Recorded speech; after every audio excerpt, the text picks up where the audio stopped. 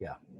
So just an aside, I wanted to mention that one of the champions of public spending by the government, large government spending, even if it means printing money and what is called deficit financing, was a British economist called John Maynard Keynes. He was considered as a guru of post-war economics for a long time. It was called Keynesian economics. Yeah.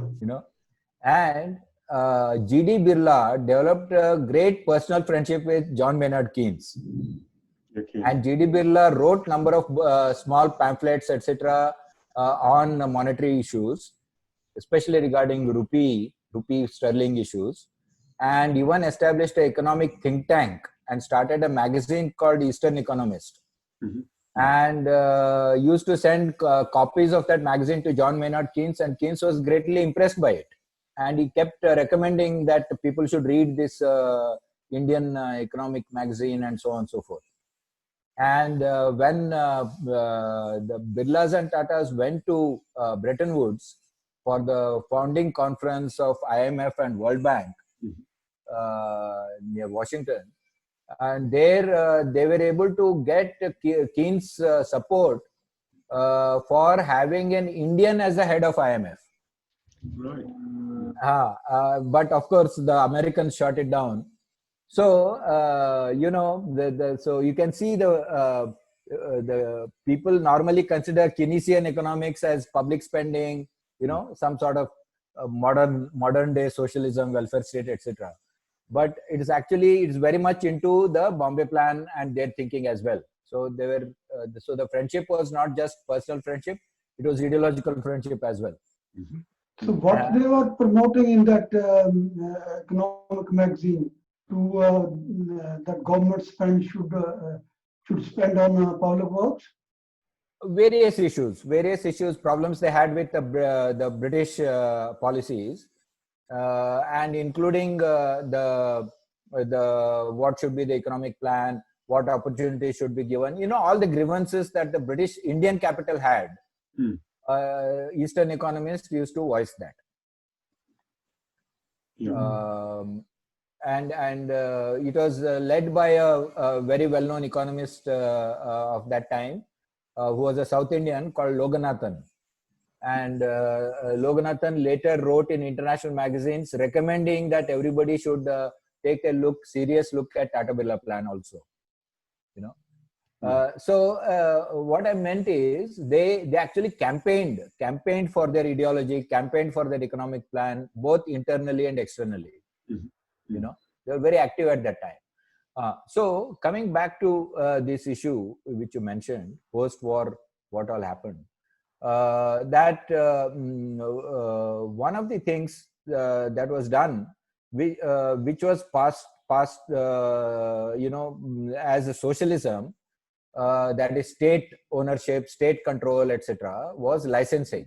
But as we have seen, licensing was recommended for all sectors, even sectors where private capital was very active, that it should still be kept under control, and it should be kept under control through licensing. Okay, so that monopolies do not grow. The purpose of licensing was monopolies should not grow. Right. Okay. Now, there should not be monopolies. So licensing should be done. Capital should be under control of the state. Private capital should also be under some regulatory control of the state. This was a stated objective. Now, if you look at, so constantly there used to be criticism of Nehru and Indira Gandhi, etc., calling this license Raj, permit Raj, inspector Raj. This is not capitalism. This is some form of socialism, etc. Okay. Now, but if you look at the facts on the ground, I'm just going to read out some statistics of how many licenses were issued to whom, and how actually licensing meant that unless you have permission from the government, you can't open a factory. Number one. Number two, what you are going to produce, how much you are going to produce is also going to be determined by the government. So if you can produce only 100 cars, then you have a license for 100 cars. Then even if you can produce 200 cars, you can't produce that. If you do that, you can be punished. Okay. So this was the so-called controlling element. But it also meant that nobody else, if you have got the license, nobody else can set up a car factory. Right. Okay.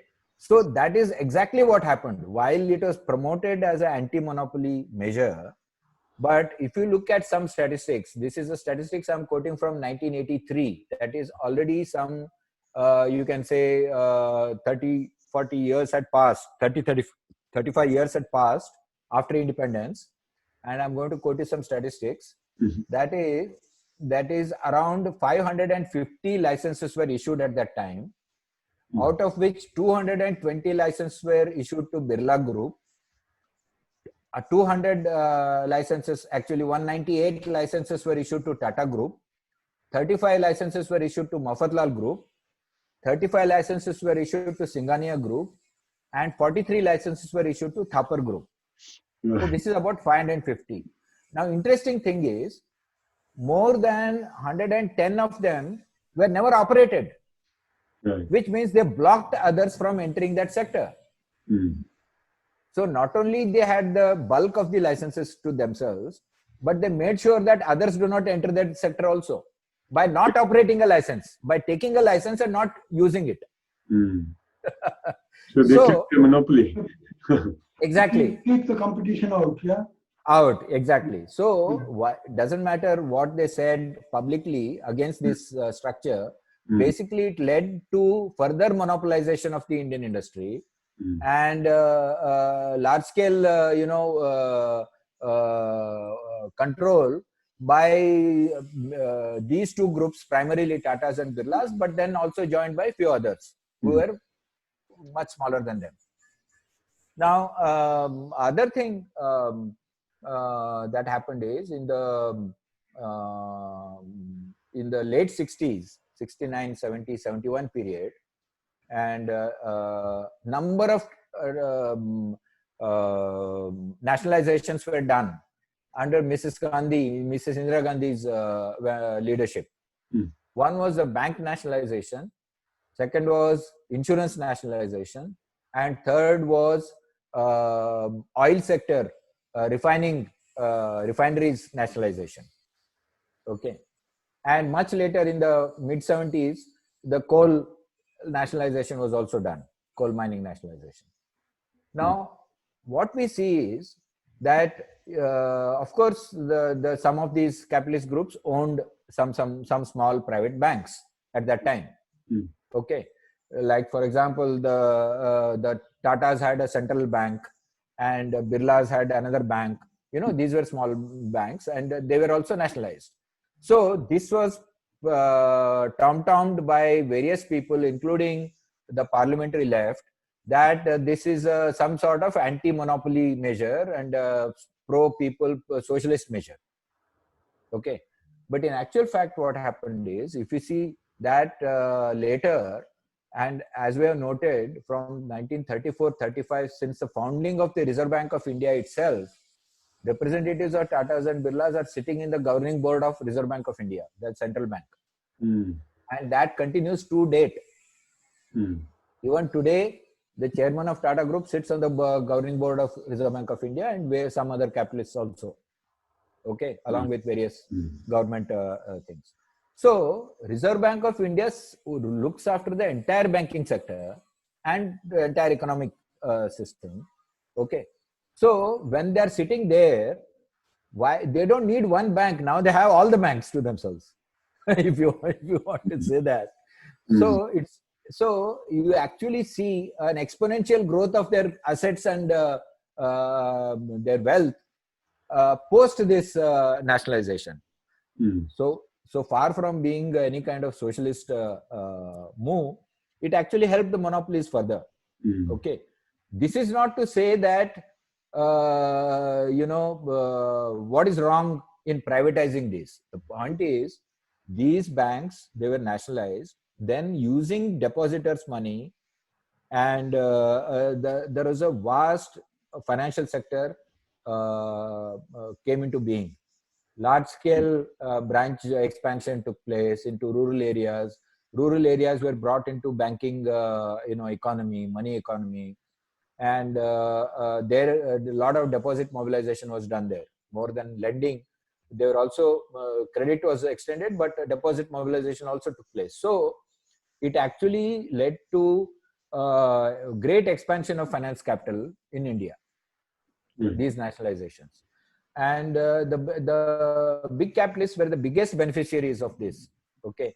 Now, of course, now the government keeps saying that, some of these banks may be nationalized, corporatized, merged, various things keep going on. Now, some of it might happen, some may not happen. It's not necessary, because what we have seen is, when the government nationalizes a sector or nationalizes some industries, that is also done in the interest of the big capital. And when it doesn't nationalize, it privatizes, that is also done in the interest of the Indian capital, big capital. Okay. Well, for example, the biggest beneficiaries of nationalized banks, now when we talk about non-performing assets, bad debts, etc., are these big capitalist groups. Each one of these have become billionaires. Many of them have become billionaires by borrowing from these nationalized banks, and then even declaring themselves bankrupt, committing fraud, doing all kinds of things, and that is just passed on to the depositors, and taxpayers' money is used to recapitalize these banks. In fact, this government earlier, a year back, before this COVID situation, they pumped in more than $30 billion to recapitalize these some of these banks, because a lot of their debt had become bad debt, and the borrowers that money comes from the taxes of the people. Absolutely. So that is taxpayers' money. Taxpayers' money is used to recapitalize these banks, and the banks write off these large loans. Either they waive the interest, or they give them, basically the banks suffer. And then to again keep lending, they need something called, there is a ratio of your how much capital you have in the bank and how much you can lend. So to maintain that, there is a Basel Convention 2, Convention 3. So according to, there is something called prudential norms. So you have to keep certain capital equity in the bank before you can lend more and more money, because that is becoming risky. So government keeps pumping taxpayers' money into these banks to keep their equity healthy, so that they keep lending even when old debts have not been paid back. They keep lending. So various ways, what has been happening is, public money, public finances are being used to build up private empires. So that is a sum total of our financial sector. So these intermediaries that have been set up, whether it is capital market intermediaries, mutual funds, these insurance, various instruments which are used to collect the savings of household savings of ordinary people, is then channelized to the big capital, and they build their empires based on that.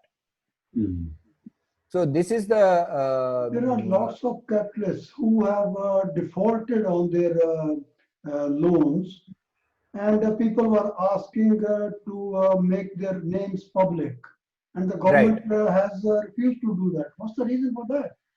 Right. They will say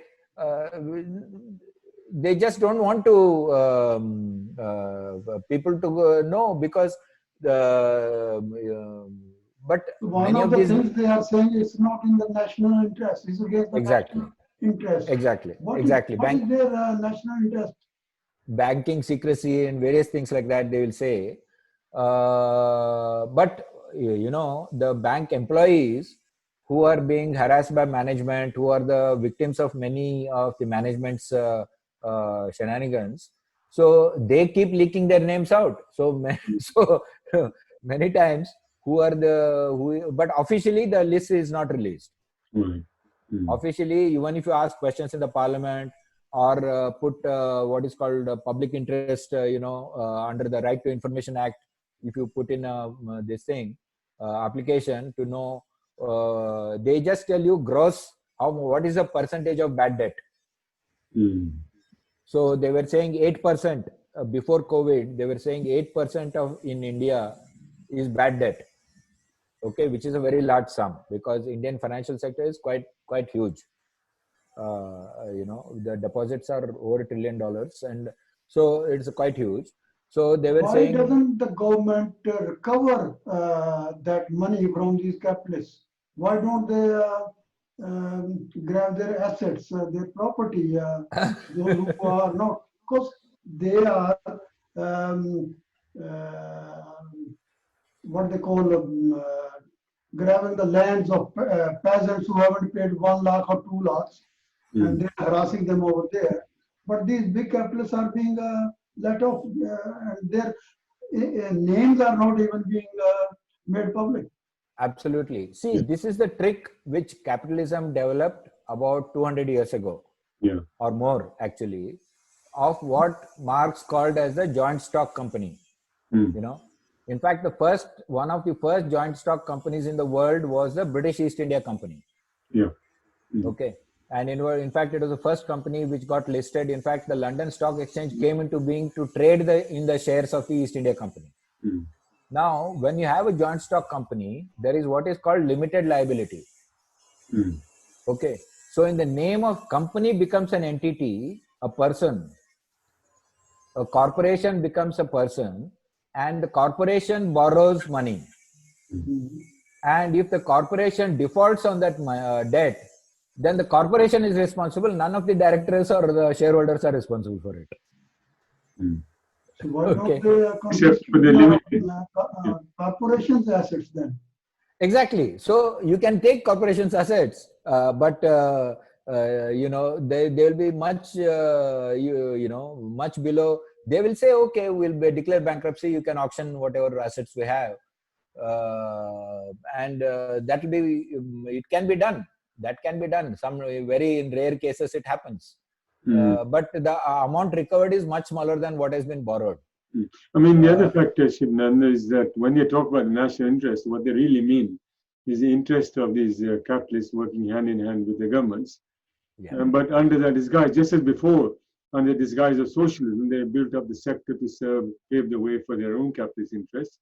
Now this disguise that under the national interest is the protection in the interest of the capitalists who are in power there.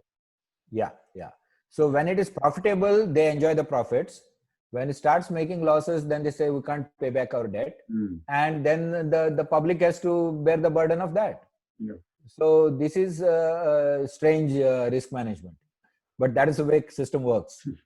The losses are borne by the public and the benefits by these capitalists. Yeah. Now, so this is what has been happening with this particularly financial sector nationalization that took place post-independence in the late 60s and early 70s. Now, the nationalization of the oil refining industry was done for a specific way. One of the driving things was national security, actually. What happened was there was no Indian-owned refining company at that time.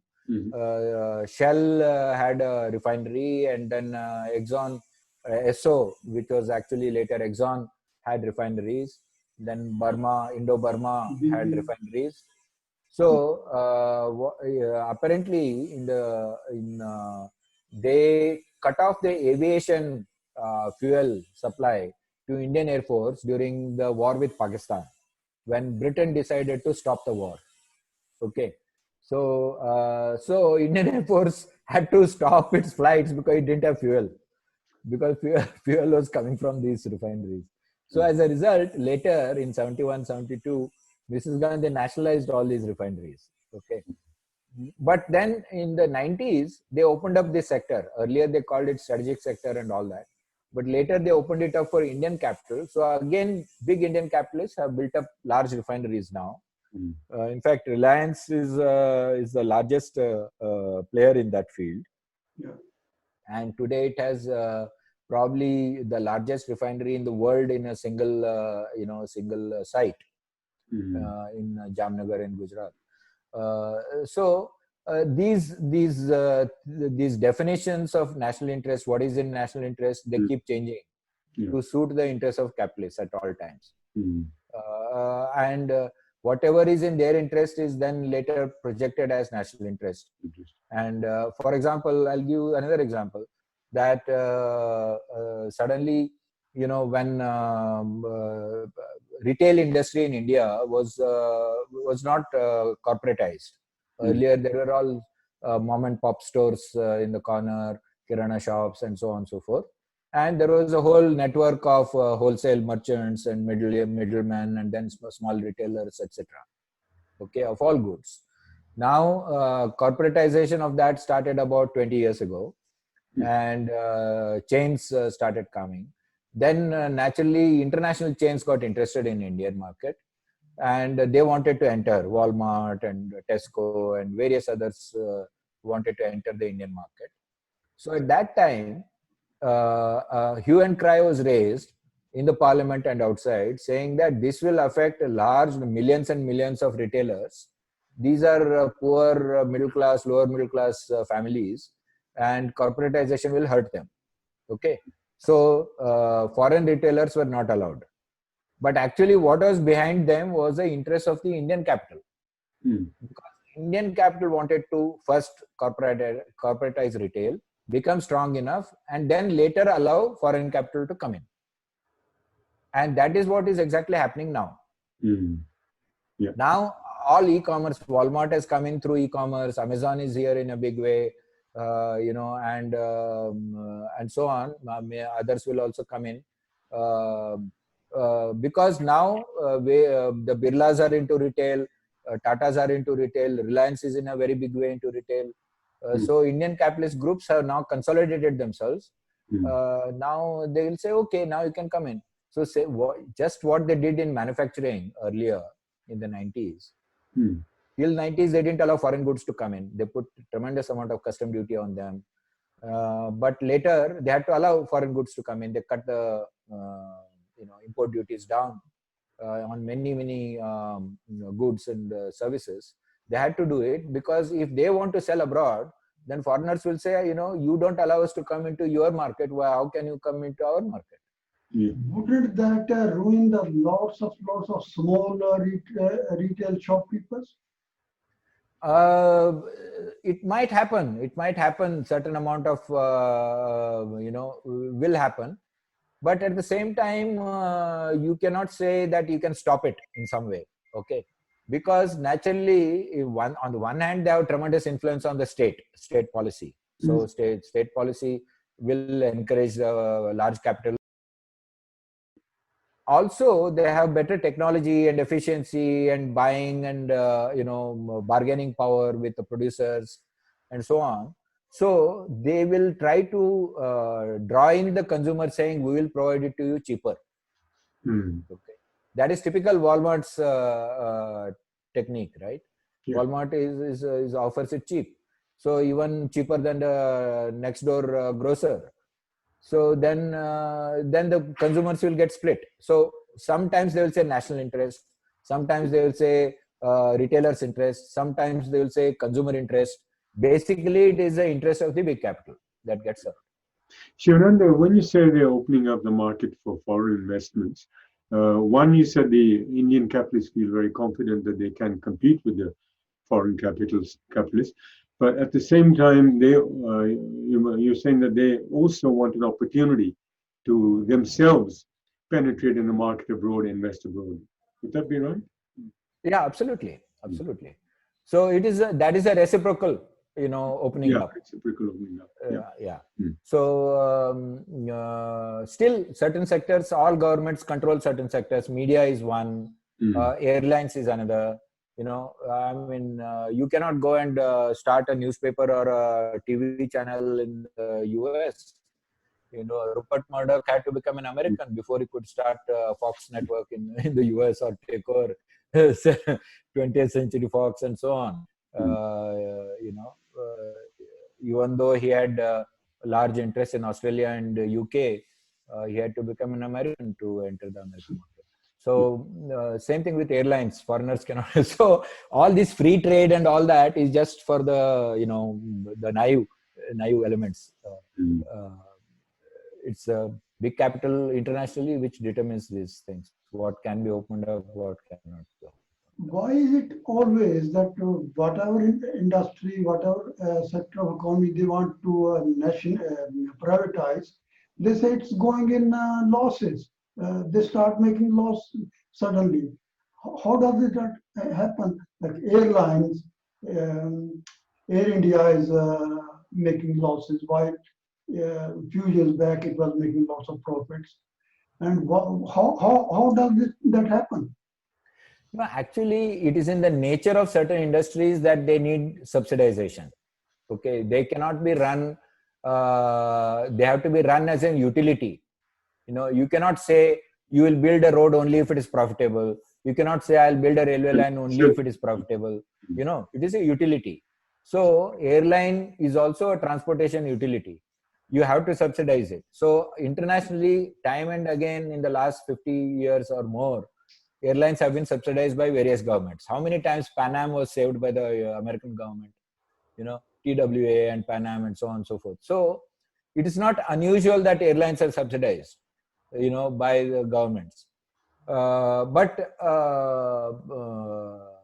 Isn't it true that they have given the best routes to the private companies, so that where there's lots of passenger activity on those routes and times, say morning times, lots of people travel for their work from one place to another. Those licenses and routes have been given to the private airlines, and that's how they shown Air India into loss, isn't that? Yeah. See, there are two issues here. Yeah. There are certain sectors which need subsidization. Railways is one of them. You can't say railways will build railways only if it is profitable. And in fact, that's why if I am, you know better than me, that's why the British rail privatization failed. You know, you can't just say if you privatize it will be more efficient and it will become profitable. No, it needs subsidization. So certain sectors inherently need subsidization. They should be considered as utilities, as common good, you know. And at the same time, the other issue which you are raising is this comparison which is made between public sector and private sector, saying public sector is loss making, private sector is profitable or more efficient. Now that is a falsehood, and for a number of reasons, some public sector undertakings in the same sector may be making losses, and many times it is because the management is politically controlled, and sometimes the more profitable ones are concessions are given away to the private sector and so on. You know, so as a public sector undertaking in the same sector is run to the ground, and then they prepare the condition for privatizing it. Yeah, well, we find that, Shivananda, in UK as well, that whenever they want to pass on the public sector to the private sector, they call it the failed schools, failed hospitals, and they deliberately create the conditions for that failure by either depriving them of funds and making sure that they don't succeed. And then even profitable sectors are given the appearance of failure, then passed on onto private concerns so they can actually make profit from it. And in our case, like the National Health Service is one of them, that it was very useful service for the public, but they wanted to privatize it, pass it on to private concerns. Like at the moment, Richard Branson has huge, you can say, interest in the National Health Service. He's got contracts for hospitals, he's got contracts for many services which were otherwise provided by the National Health Service. So in order to increase profitability of his corporation. So there is a common trick. Yeah. Right. Like, for example, they're doing that with the postal service. You know, in fact, in the US, Donald Trump is talking about eliminating the US Postal Service, you know, because now you have private courier companies, they'll say, you know, they are more efficient and so on and so forth. But postal service is a utility, you know. Every villager, there'll be a postman who will go and deliver either money through money order or a letter and so on, which a private courier doesn't do. You know, they will do all the big metros. They might even have their own planes, and like FedEx has it and so on. DHL will have it, and they will do that. So that is a very only less than 5 minutes now, and at the end I would like to you to give your views on the issue of loss of jobs. Lots of workers will lose jobs by the privatization, and what are they doing about it? What is the people's reaction to all these privatization? Yeah, see, the unions in these sectors are always arguing against it. You know, none of the unions can be bought out on this issue, because directly the employees' working conditions deteriorate. Because what happens is, if a particular Indian Railways is on a big privatization spree, now what it will mean is that not that number of jobs will be reduced, but they will be given on a temporary basis.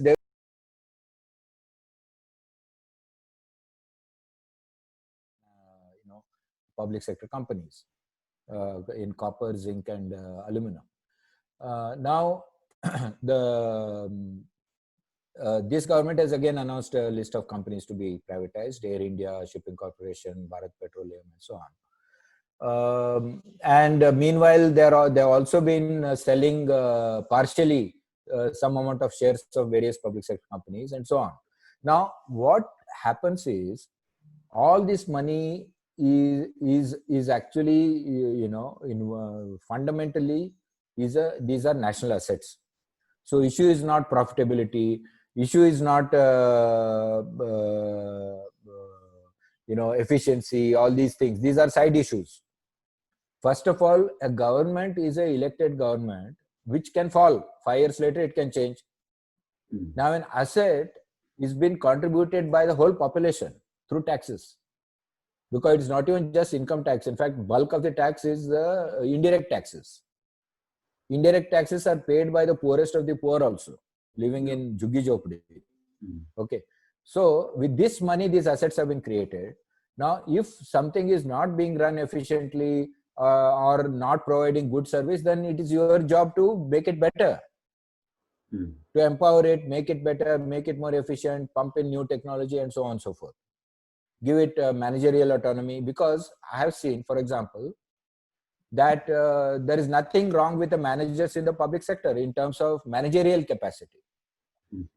Okay, like I have personally visited a large number of the steel mills of Mr. L.N. Mittal, who is the biggest steel manufacturer in the world, ArcelorMittal. Okay. Now, in almost all these plants, the chief plant engineers are drawn from the Indian public sector steel companies, SAIL. In almost all plants. I've seen Kazakhstan, I've seen Mexico, I've seen US, you know, many of his plants. So there was not, and in fact, his chief operating officer for a long time was a person who was an engineer drawn from the Indian public sector steel company. Okay. So there is nothing wrong individually with any of these managers. Their talents, they are nurtured, they have built these assets, they have contributed and all that. And they were bright engineers who were drawn into public service, and with they contributed a lot to building these companies. They have all the knowledge. Now, if you do not allow them to operate like a proper owner or a manager or a technologist, but keep doing political interference into it, then obviously, I mean, they are being manipulated. The companies are being manipulated. So you can't blame the managers for the bad performance of certain public sector companies. So performance of the companies, profitability of the companies, all these things are not the issues. Issue is fundamentally an elected government doesn't have the right to take a national asset and sell it to few individuals or one individual. If it is few individuals, if you sell shares, one individual, if you sell it to a strategic investor. because you will be gone after 5 years, but you have wiped out an asset which was built over decades, whole population. So there is a fundamental objection to privatization. Now, second thing is, now what effect it has on the consumer. Now, what we have found is, initially it is said that, public sector doesn't give proper service. But what we have seen is private sector companies, when they enter the same telecommunication or any other thing, or transportation, etc., not that they give great service, because their motive is profitability, more and more profits. Their motive is not to serve the consumer well. So monopolization just leads to actually in every way hurting the consumer also. They get bad service at higher rates and so on. So they're basically cutting corners in order to maintain their profitability, which results in lack of service and all that. Absolutely, absolutely. Then third thing is employees. Now, on the one hand, current employees will be sent home. They may be given a so-called sweetener, in the name of golden handshake, some lump sum amounts and so on and so forth, just to, get their acquiescence to privatization. What in India is called VRS, Voluntary Retirement Scheme. So they are given advance pay of the remaining service, and they are told that now you are free, you can go and start some other business or join some other company, but we are already giving you so much of your pay which you would have earned in the remaining part of your service, etc.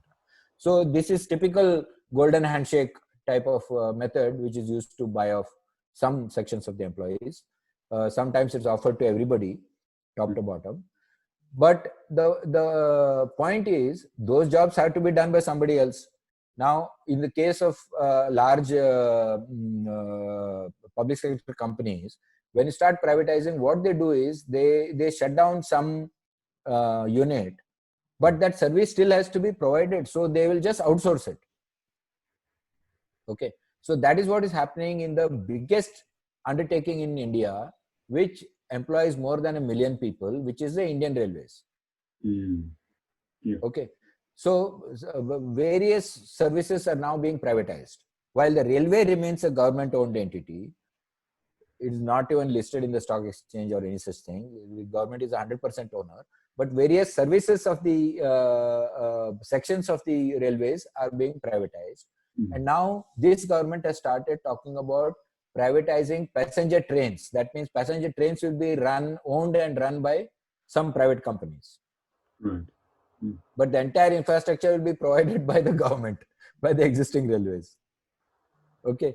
So all the stations and the track and what is called rolling stock, everything will be provided by them. All that those guys will be doing is probably prettifying, do some cosmetic changes to the compartments, make it more fancy, and obviously charge more money and so on and so forth, and probably have some stewardesses there, make it look like an airline rather than a thing. So add on a few marginal investments and make it more premium service, and they might even make profit. After all, the infrastructure has been built at public expense. Yeah. So, but the point what I'm saying is, for example, big chunk of the railway employees are in the track inspection, track maintenance, building, this type of things, which are, you can say, low-tech jobs, but very necessary jobs, because without that, you can't have any safety in railways. Now, if you're going to reduce them or privatize them, you're not going to remove the employment, because if you need so many number of people to inspect 1 kilometer of track, and you have some 100,000 kilometers or whatever, then you need that. You can't automate it just like that. Okay. Now, only thing is, the new contract employees will not have unions, will not have any rights, will be forced to work at lower pay, and so on. So basically, even if overall employment doesn't go down with it, existing employees will suffer, but new employees are brought in with worse working conditions and lower pay. So anyway, so this is being resisted by the unions in almost all public sector undertakings. and they are trying to educate the public also that this is not in your interest. This will lead to safety issues. This will lead to bad service. This will lead to more costly service and so on. Okay. So one more But- point.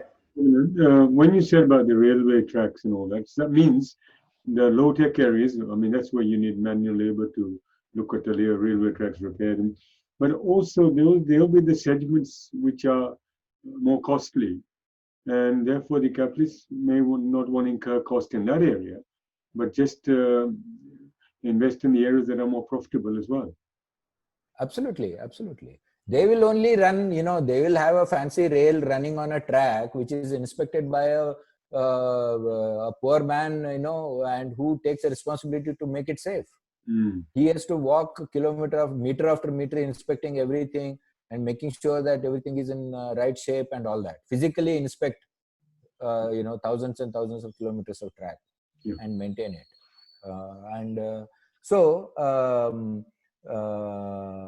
But what they are going to see if, because these are all employees of the railways, they have won over a period of time certain rights, certain protection, certain what are retirement benefits, certain pensions, and so on. Now by privatizing those parts, hiring contract labor there, they will be devoid of all of that. So their management cost will come down. And service level might also come down, definitely.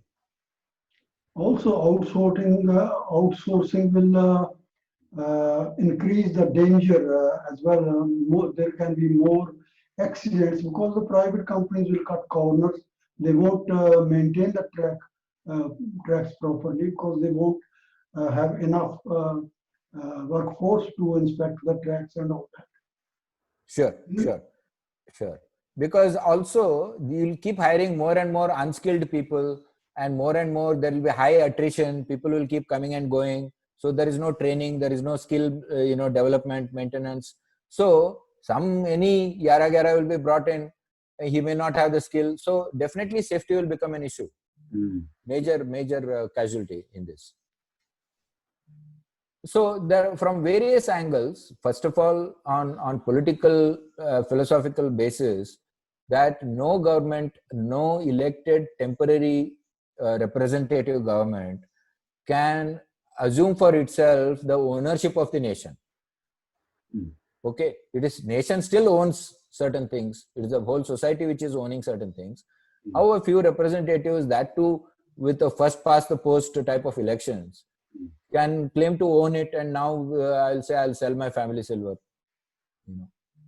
So that is fundamentally wrong. That is fundamentally not acceptable. That should be made unconstitutional. Okay. Just like when we say constitution cannot be changed by parliament, you need a constituent assembly. We say all that, right? So like that, something like an asset, national asset, cannot be just sold off by the day's government.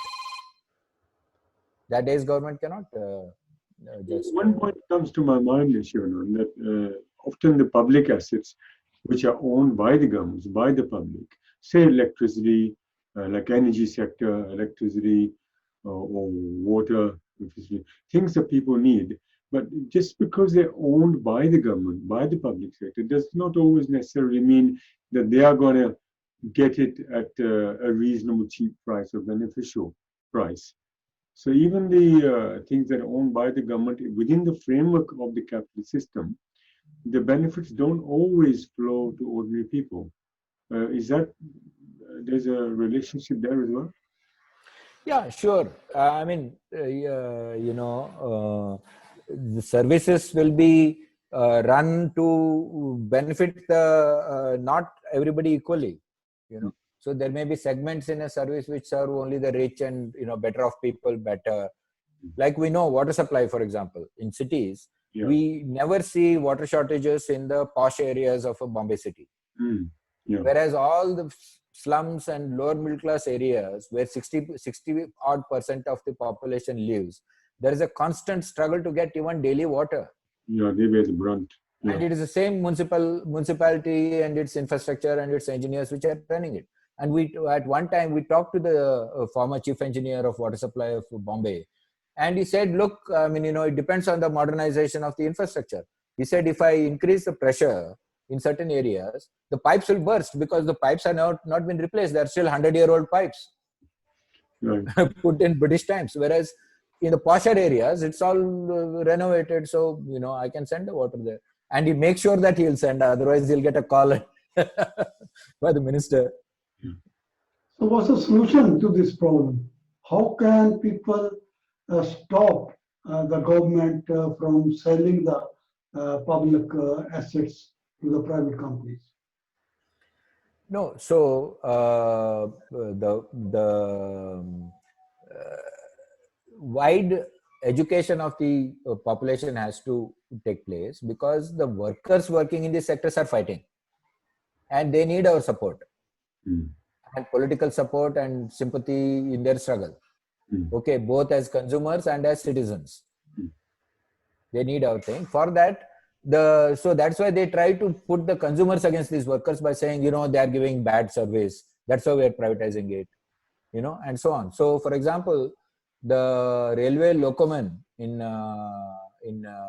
many parts of India, in Mumbai and many other parts of India, they have been actually doing leafleting, holding small meetings in stations, explaining what is going on in the railways, how it will affect the travelers and passengers and so on. So they could have said, no, we are carrying on our agitations, we are doing our dharnas and strikes and whatever. That is our job. But they have gone out of their way to educate the people on what is going on. Every move of the government. So the unions have to be proactive in educating the public that this is a societal asset, and privatization will lead to lowering of the service level. Both points they have to educate the people. And if enough public opinion is built up, then we have seen many times that the government goes slow, goes back on various issues, or tries to water it down. So if there is enough public opposition, then the government, you can halt the government from doing it. At least at the pace of privatization, you can slow down. We're finding but eventually, it is a major political issue which we traced from beginning, that both nationalization and privatization in India has been done in the interest of the big capital. So that is one thing which we need to constantly educate people about, that this is not a matter of this government, that government, but it is this big capital which is ruling. And if we want anything which is in our interest, then it is this rule which we have to change. But they are still privatizing, whether people are opposing or not. So it shows that people don't have any power in their hands. They can't make their voice heard. They can't. The decisions are not made in the interest of the people. So that problem has to be sorted. So Right. People have to be decision makers in the society, aren't they? Absolutely. That is the long-term solution, and that is the only ultimate solution. And that doesn't mean we should not fight and we should not do our best to stop the assault. But this is all defensive fight, defending our position, defending our livelihood and so on. But if we really want change, then this rule of not some party or some individual, but of this rule of big monopoly capital. Now, how to end that? That we'll have to get together and discuss and organize for. I'm finding it's been very informative, the opinions you've given, Shivananda, and I can look at many parallels on what's happening in the UK in terms of the health service education, and I'm sure in our future discussion we'll be able to go more in depth to make the comparisons on privatization in the UK, on health, education, and other areas. So it's quite informative, and it's the same methods used by the capitalists, no matter where they are. Same trickery, same deception, and immediate struggles have to be fought, as you said, and the long-term solution is going to be similar as well. Right. Okay, both of you, I thank you very much for your participation today. So you are I'm very, very thankful to both of you for your contribution.